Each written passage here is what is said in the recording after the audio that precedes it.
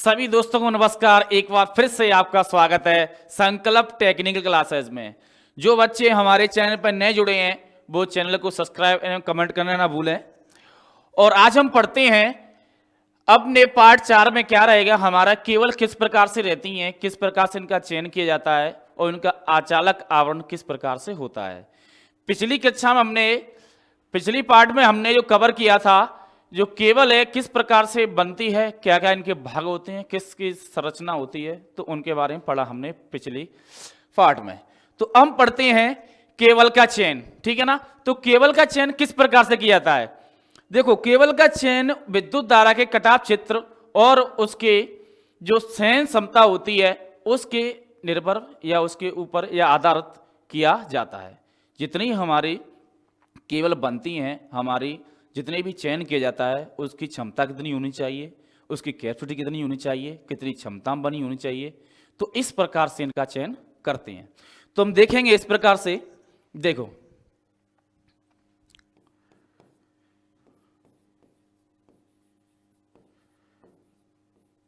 विद्युत धारा वहन क्षमता और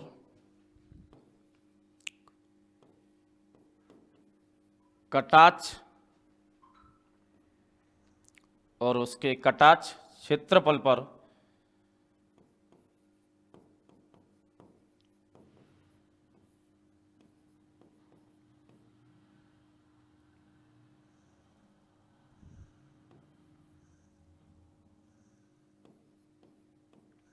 और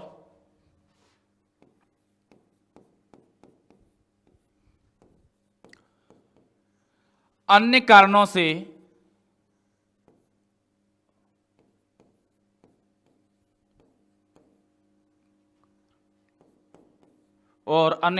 पर निर्भर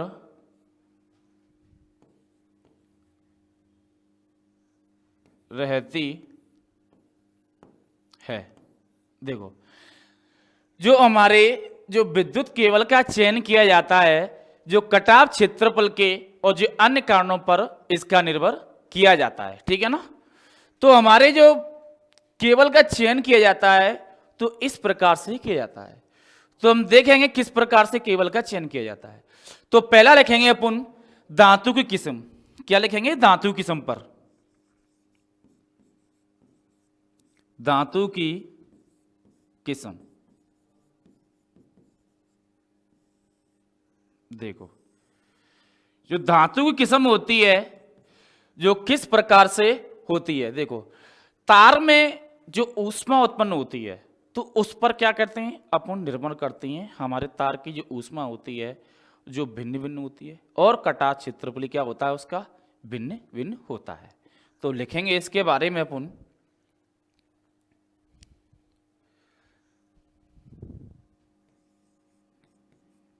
इस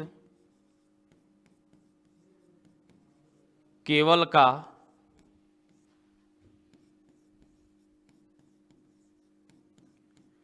विशिष्ट प्रतिरोध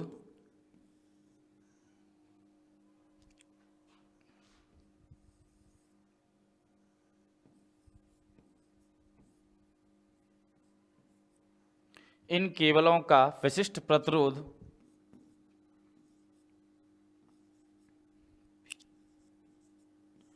भिन्न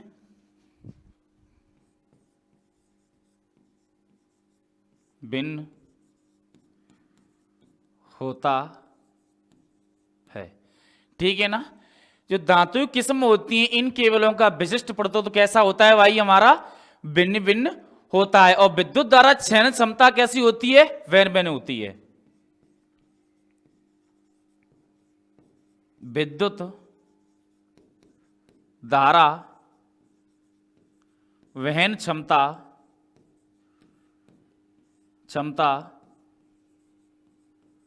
भिन्न भिन्न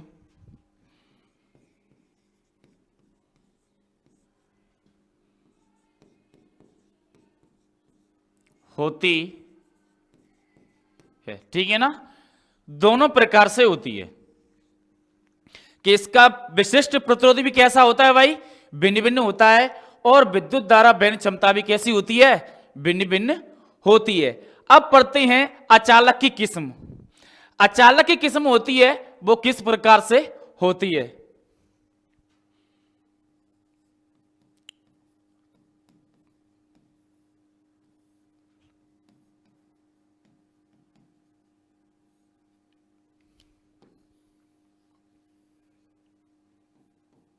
देखो, अचालक की जो किस्म होती है, जो अचालक हमारा पदार्थ होता है, तार होता है, उसमें से जो ऊष्मा निकलती है वो क्या होती है, वायुमंडल में क्या होती है, फैल जाती है, ठीक है ना।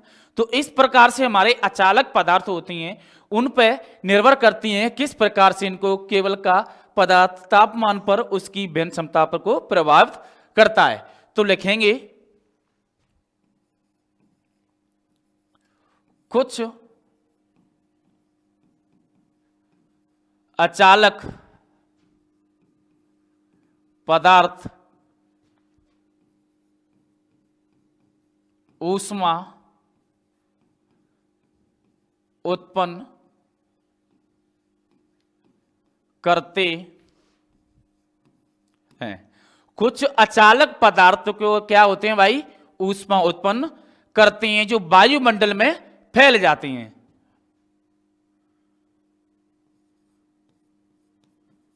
ऊष्मा वायुमंडल में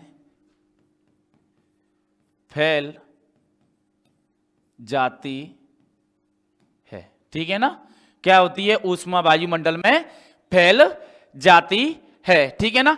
तो इस प्रकार से हमारे जो चालक होते हैं क्या होती हैं, विद्युत धारा वहन क्षमता प्रभावित करता है। क्या करता है, उसकी विद्युत धारा वहन क्षमता को प्रभावित करता है। तो लिखेंगे उसकी वहन क्षमता को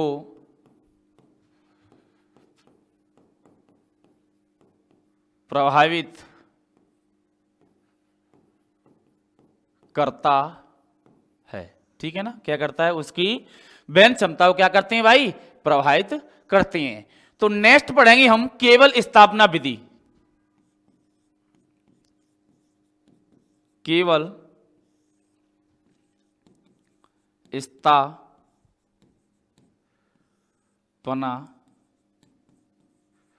विधि। देखो, जो केवल होती हैं किस प्रकार से इनको स्थापित कर सकती हैं। देखो, अगर खुले वातावरण में हम इस केबल की स्थापना करेंगे तो वायुमंडल में क्या होगा, ऊष्मा फैलेगी, तो इसकी वहन क्षमता क्या होगी, घट जाएगी। तो इसको कंड्यूट पाइप में हम इसकी वहन क्षमता को निर्धारित रूप से बनाए रखने के लिए कंड्यूट पाइप का क्या करते हैं, अपन प्रयोग करते हैं। तो लिखेंगे इसमें इस प्रकार से कि केवल स्थापना विधि में खुले वातावरण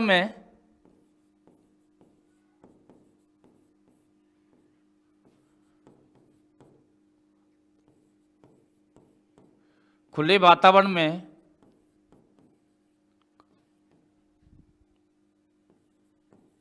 कंड्यूट पाइप का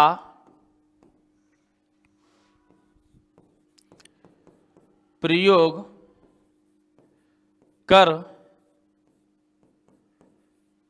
उसकी वहन क्षमता को बनाए रखते हैं। क्या करते हैं भाई, कंड्यूट पाइप से इसकी वहन क्षमता को क्या करते हैं, बनाए रखते हैं, ठीक है ना। और जो खुले वातावरण में इस केबल का स्थापना करते हैं तो क्या होता है, वायुमंडल में फैल जाती है, तो इसकी वातावरण में फैलने के बाद क्या होती है, इसकी वहन क्षमता कम हो जाती है, ठीक है। तो लिखेंगे खुले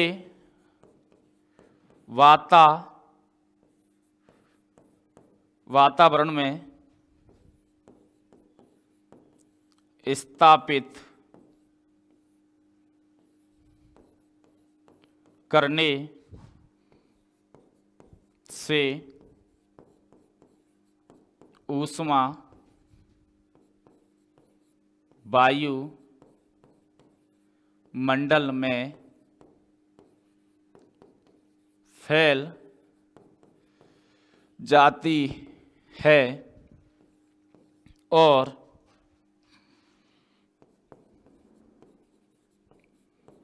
विद्युत धारा की वहन क्षमता कम हो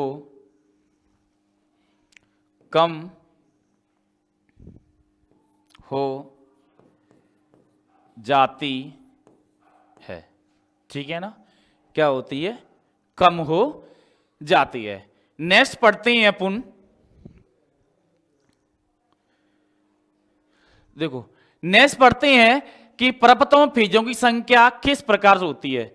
जो परपतों में जो फरफत होते हैं उनमें फेज संख्या किस प्रकार से रहती है। अगर हमारा एक फेज रहेगा तो ऊष्मा है वो कम होगी, अगर ज्यादा फेज रहती हैं तो ऊष्मा उत्पन्न ज्यादा होती है और वहन क्षमता क्या होती है? घट जाती है। ठीक है ना, तो लिखेंगे परपत में फेजों की संख्या,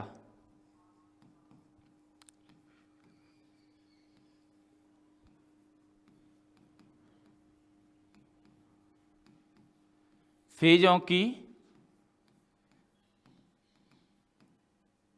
संख्या, परपत में फेजों की संख्या किस प्रकार से रहती है। देखो जो परपत में फेजों की संख्या रहती है हमारी, अगर आप एक केबल में एक फेज गुजारते हो तो उसमें ऊष्मा का क्षेत्र होता है वो कैसा? कम होता है। कैसा होता है? कम होता है। ऊष्मा का क्षेत्र कैसा होता है भाई? कम होता है। तो इसमें अपन जो परपत फेजों की संख्या होती है 1 या 2 या 3 से 4 होती है, या 3 या 4 कोर का उपयोग किया जाता है। तो लिखेंगे अपन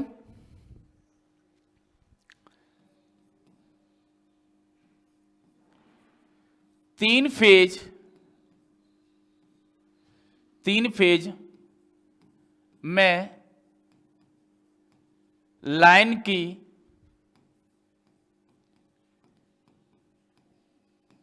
संख्या 3, 4 अर्थात 3 कोर, 4 कोर का प्रयोग किया जाता है। क्या करते हैं भाई हम? 3 फेज लाइन में 3 फेज लाइन की संख्या 3 या 4 अर्थात 3 कोर या 4 कोर का प्रयोग करते हैं। ठीक है ना, इससे अधिक होती है तो क्या ऊष्मा उत्पन्न होती है। इन केबलों जो अधिक होती हैं तो क्या होती हैं? इनके अंदर ऊष्मा उत्पन्न होती है। तो लिखेंगे इनमें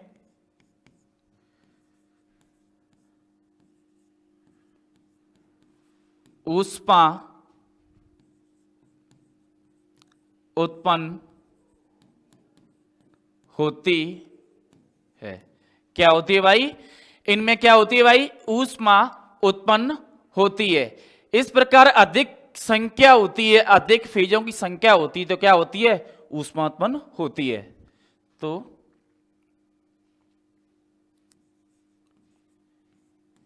इन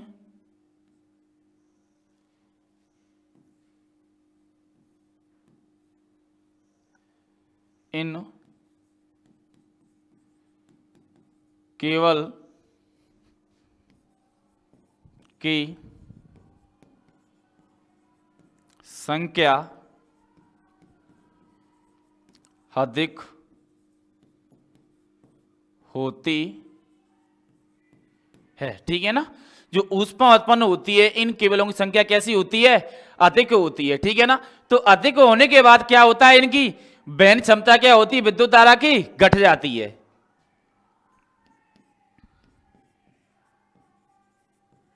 विद्युत धारा की वहन क्षमता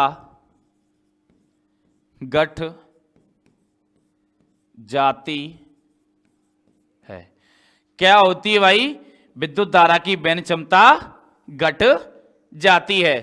अगर हम इन केबलों की संख्या अधिक लेते हैं तो क्या होती है भाई? विद्युत धारा की वहन क्षमता घट जाती है। अब लिखते हैं हम सुरक्षा सामग्री का प्रकार। जो सुरक्षा सामग्री का प्रकार होता है, जो किस प्रकार से होता है?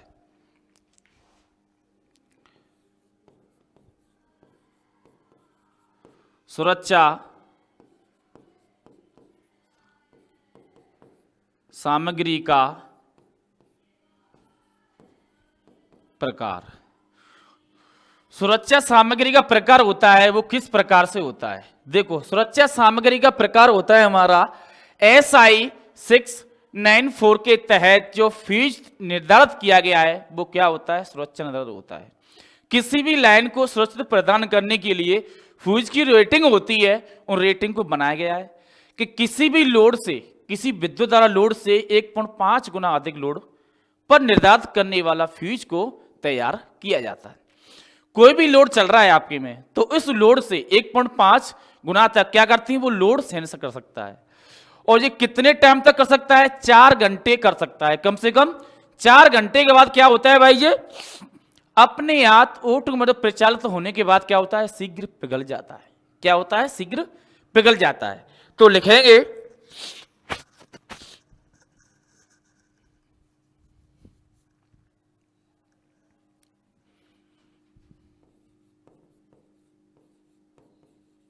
सुरक्षा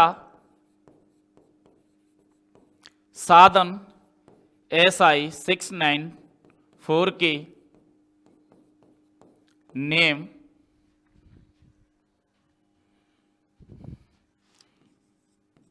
के अनुसार फ्यूज सुरक्षा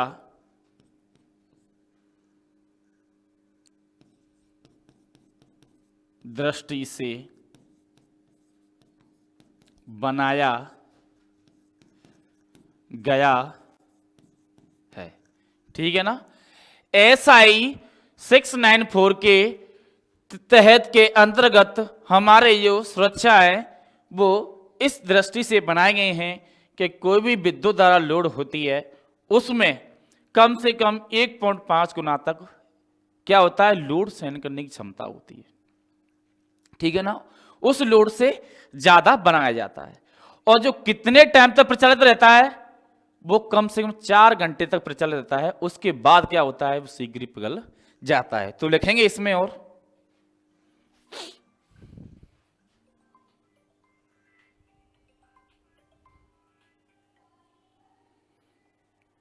तो लिखेंगे इसमें और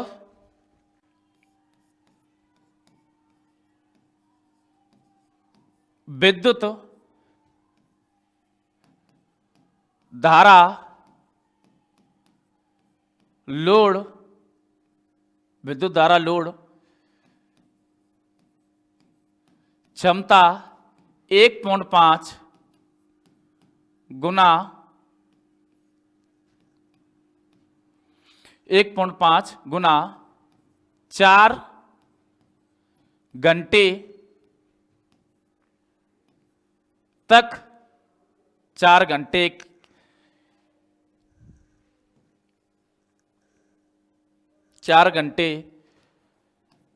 के पश्चात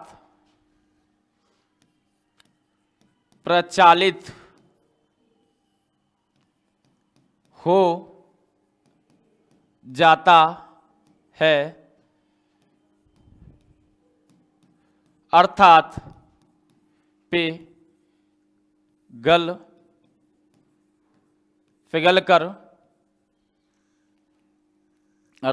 कर टूट जाता है, टूट जाता है। ठीक है, 4 घंटे के पश्चात क्या होता है, फ्यूज पिघलकर टूट हो जाता है, या 4 घंटे बाद क्या होता है, प्रचालित हो जाता है। ये हमारी क्या है, सूत्रदर्शी से जो हमारे एसआई नियम के तहत हैं वो इस प्रकार से किए गए हैं। इसके अंदर दोनों ही आती हैं, इसके अंदर 2 नियम आती हैं। पहला तो जो होता है कि 4 घंटे तक प्रचलित रहता है, और दूसरा कौन सा नियम होता है कि 4 घंटे के पश्चात क्या होता है, शीघ्र ही पिघल जाता है। तो ये दोनों नियम इसके अंतर्गत आती हैं। अब हम पढ़ते हैं कि हमारी कोर की दृष्टि पर किस प्रकार से होता है, जो कोरों की संख्या होती है वो किस प्रकार से होती है, तो कोरों की संख्या के आधार पर अपन पढ़ेंगे। तो लिखेंगे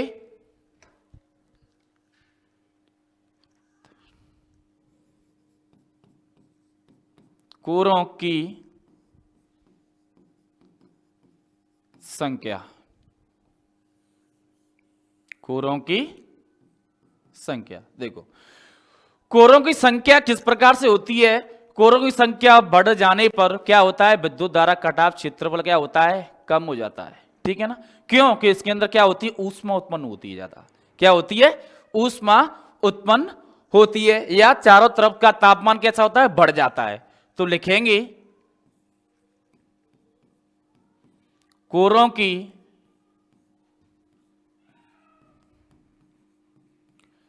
संख्या बढ़ जाने से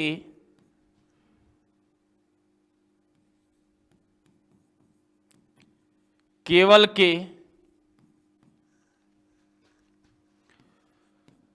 चारों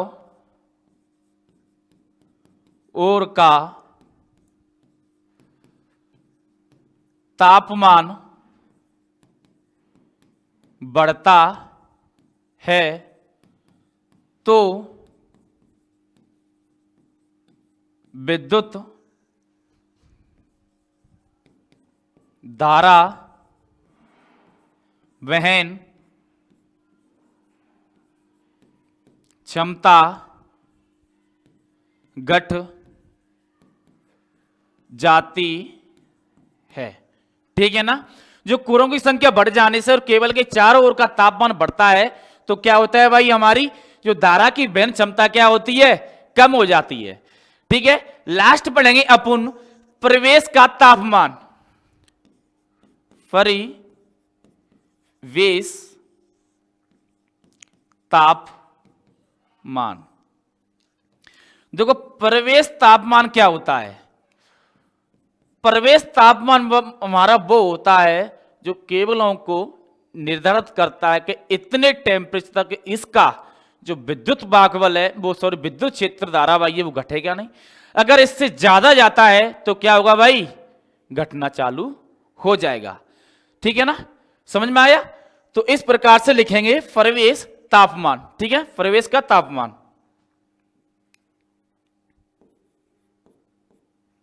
प्रवेश का तापमान। तो लिखेंगे केवल के चारों ओर विद्यमान तापमान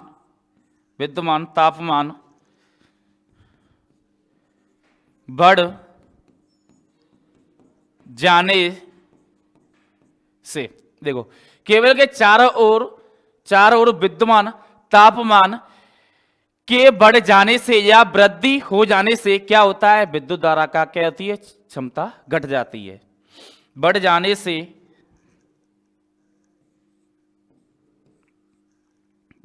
से या वृद्धि हो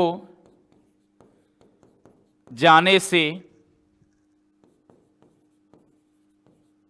विद्युत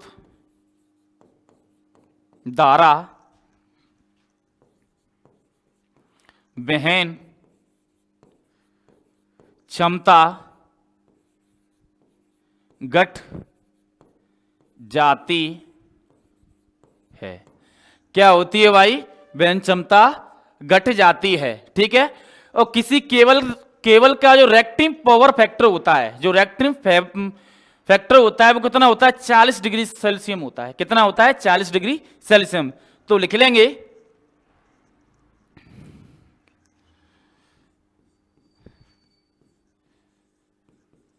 किसी केबल का रेटिंग फैक्टर 40 डिग्री सेल्सियम होता है। कितना डिग्री होता है भाई? 40 डिग्री सेल्सियम होता है। तो हमारे जो केबल का चयन हो रहा था तो इस प्रकार से हमने पढ़ा, अगर 40 डिग्री से ज्यादा जाता है तो क्या होगा? विद्युत धारा क्षमता घटना चालू हो जाएगी। तो लिखेंगे इसमें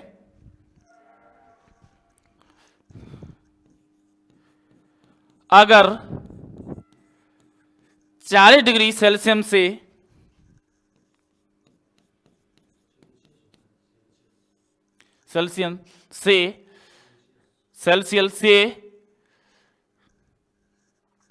रेटिंग फैक्टर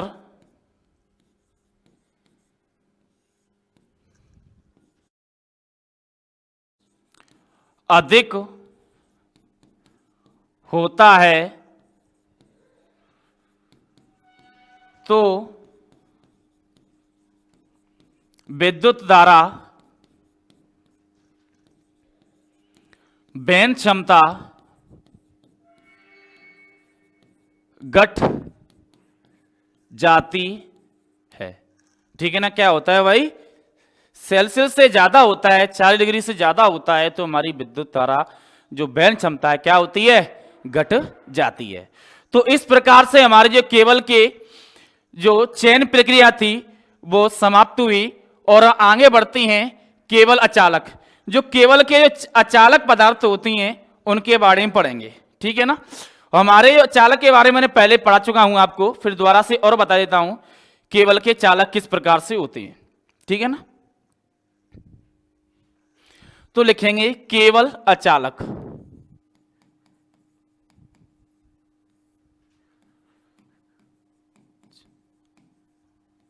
केवल अचालक।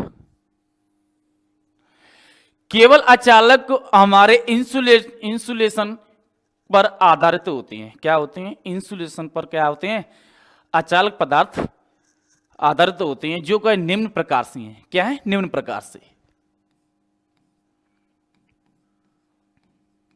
निम्न प्रकार से हैं। क्या है भाई? हमारे निम्न प्रकार से हैं।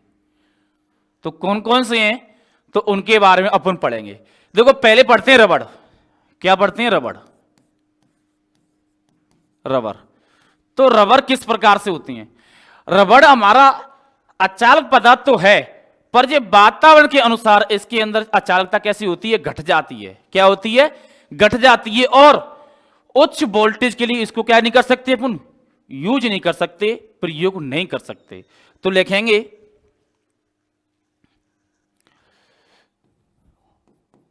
इस रबड़ का उपयोग निम्न वोल्टेज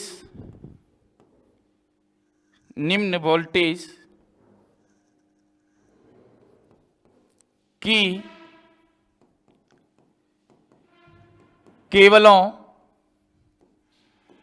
में करते हैं। और समय के साथ क्या होता है? इसका अचालक क्या है? घट जाता है। क्या होता है भाई? समय के साथ इसका अचालक घट जाता है। ठीक है ना? तो लिखेंगे इसका इंसुलेशन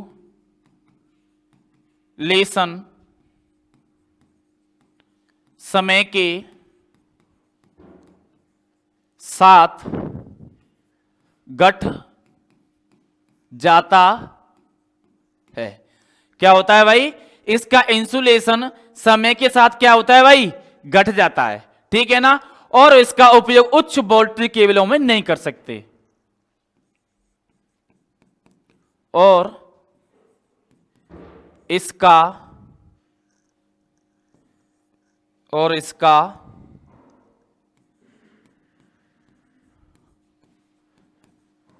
उपयोग उच्च केबलों में नहीं कर सकते हैं। ठीक है ना, ये तो हमारी किसकी बात होगी, रबड़ की। अब दूसरा आता है वल्कनीत इंडियंस रबड़।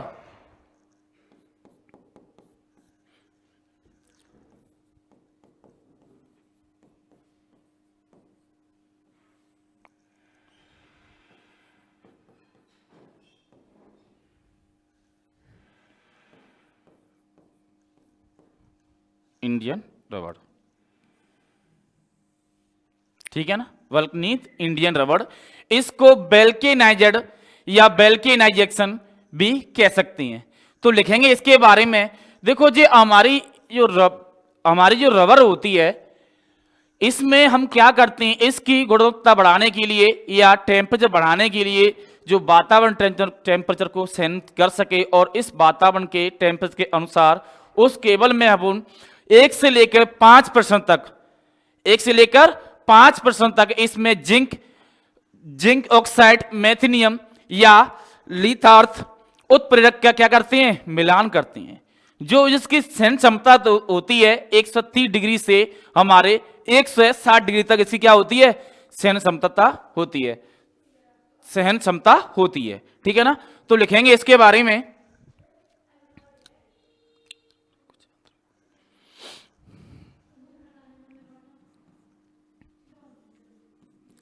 इस रबड़ में 1 से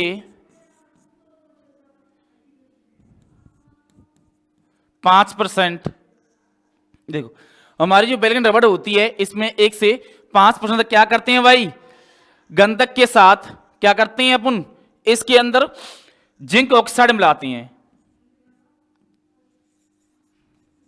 गंधक के साथ जिंक ऑक्साइड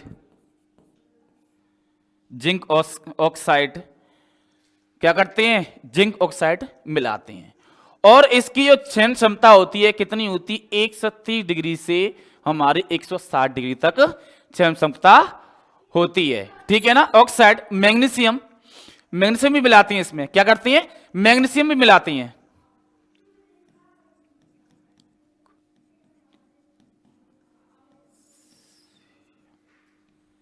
मैग्नीशियम, ठीक है ना, मैग्नीशियम मिलाती हैं। और इसमें लिथार्थ उत्प्रेरक भी मिलाते हैं, क्या करते हैं, लिथार्थ उत्प्रेरक की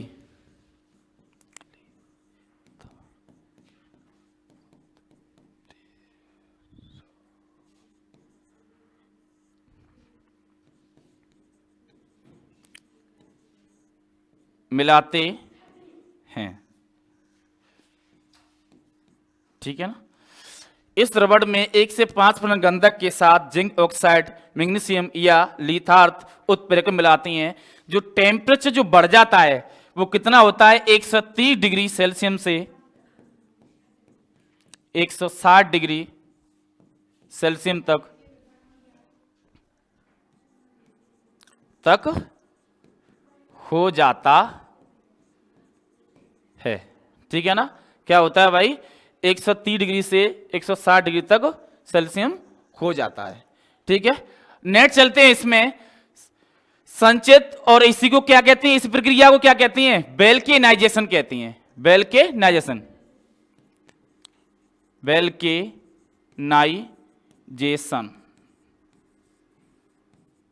कहते हैं। इसी प्रक्रिया को क्या कहती हैं, बेल्केनाइजेशन कहते हैं। अब नेक्स्ट चलते हैं पुनः आगे। संचित कागज, संचित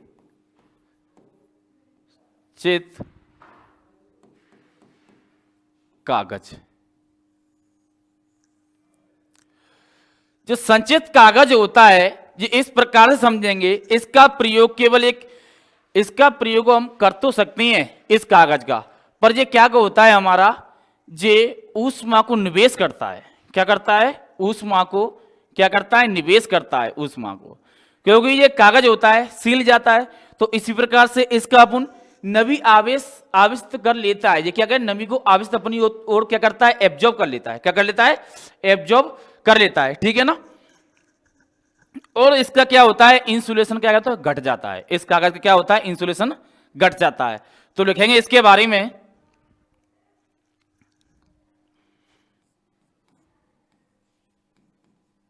इस कागज का प्रयोग, इस कागज का प्रयोग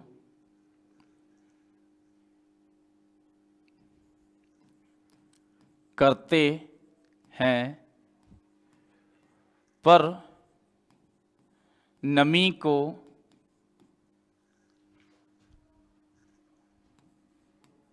अवशोषित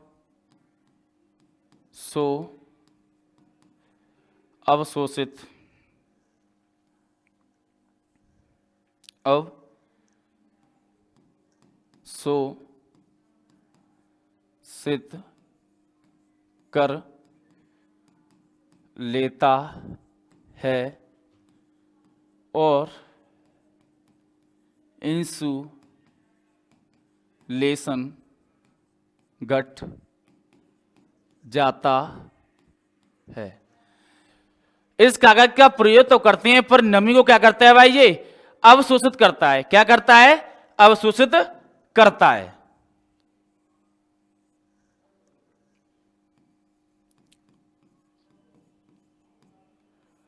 अवशोषित कर लेता है और इसका इंसुलेशन जो क्या होता है भाई?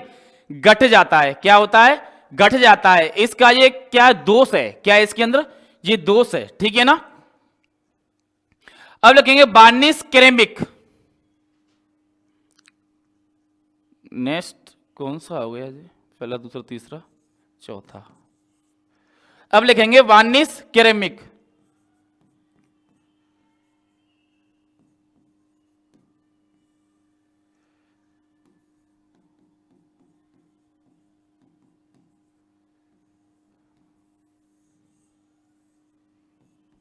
देखो वार्निश केरेमिक क्या होता है? ये वार्निश लेपित एक टेप को होता है। क्या होता है? एक टेप होता है जो सूती कपड़े पर, एक सूती कपड़ा होता है जो वार्निश होता है। इसे एम्पायर कहते हैं। क्या कहते हैं? अपन एम्पायर होते हैं। जो वार्निश टेप एक क्या होता है? एक रूप में संचित सूती कपड़ा होता है। क्या होता है? सूती कपड़ा होता है, जो इसको क्या कहते हैं? अपन एम्पायर सूत कहते हैं, एम्पायर टेप या कहते हैं। तो लिखेंगे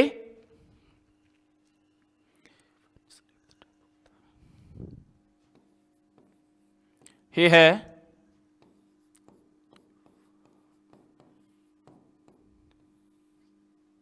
वार्निश टेप, वार्निश टेप, यह वार्निश टेप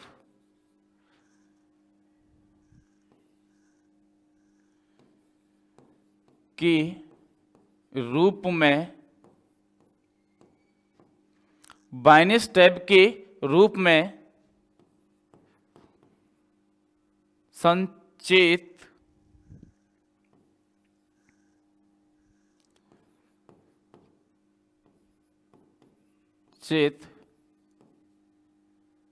कपड़ा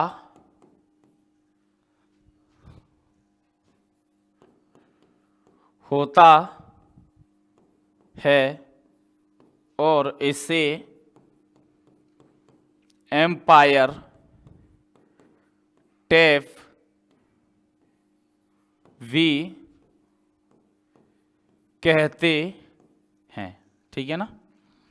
यह वार्निश टेप के रूप में संचित संचित संसेचित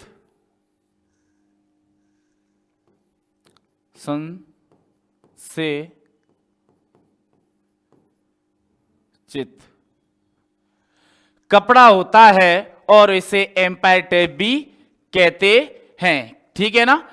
और इसके ऊपर क्या करते हैं, केबल लगाते समय हम इसके ऊपर एक पेट्रोलियम जेल लगाते हैं। क्या करते हैं, पेट्रोलियम जेल लगाते हैं केबल के पश्चात।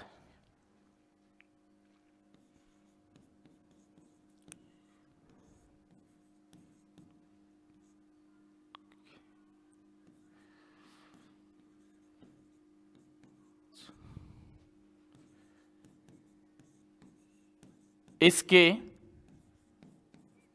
ऊपर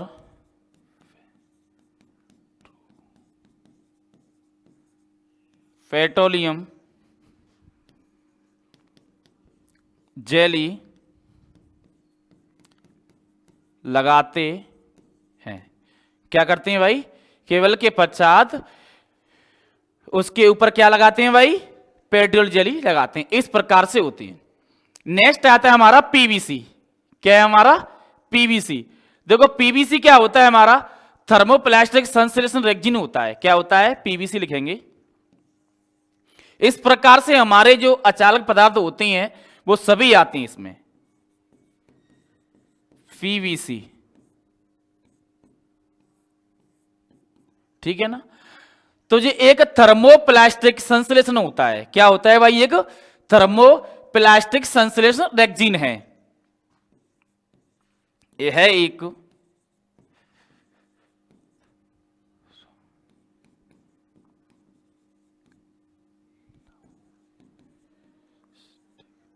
थर्मोप्लास्टिक रेजिन है। क्या है ये, एक थर्मोप्लास्टिक रेजिन है, ठीक है ना। और ये फ्लेक्सिबल भी होता है, तापमान कठोरता भी होता है, परावैद्युत सामर्थ्य भी होता है और प्रत्युत्ता के गुण भी होते हैं, ठीक है ना। तो इस प्रकार से हमारे कुछ अचालक पदार्थ थे, इनके बारे में बताया। और भी होते हैं हमारे इसके अंदर, देखो हमारे बल्किनित बिटुमनी होता है हमारा। क्या होता है, बिटुमनी, बिटमिन भी होता है, ठीक है ना। और इसी प्रकार से गट्टा पर्चा होता है हमारा।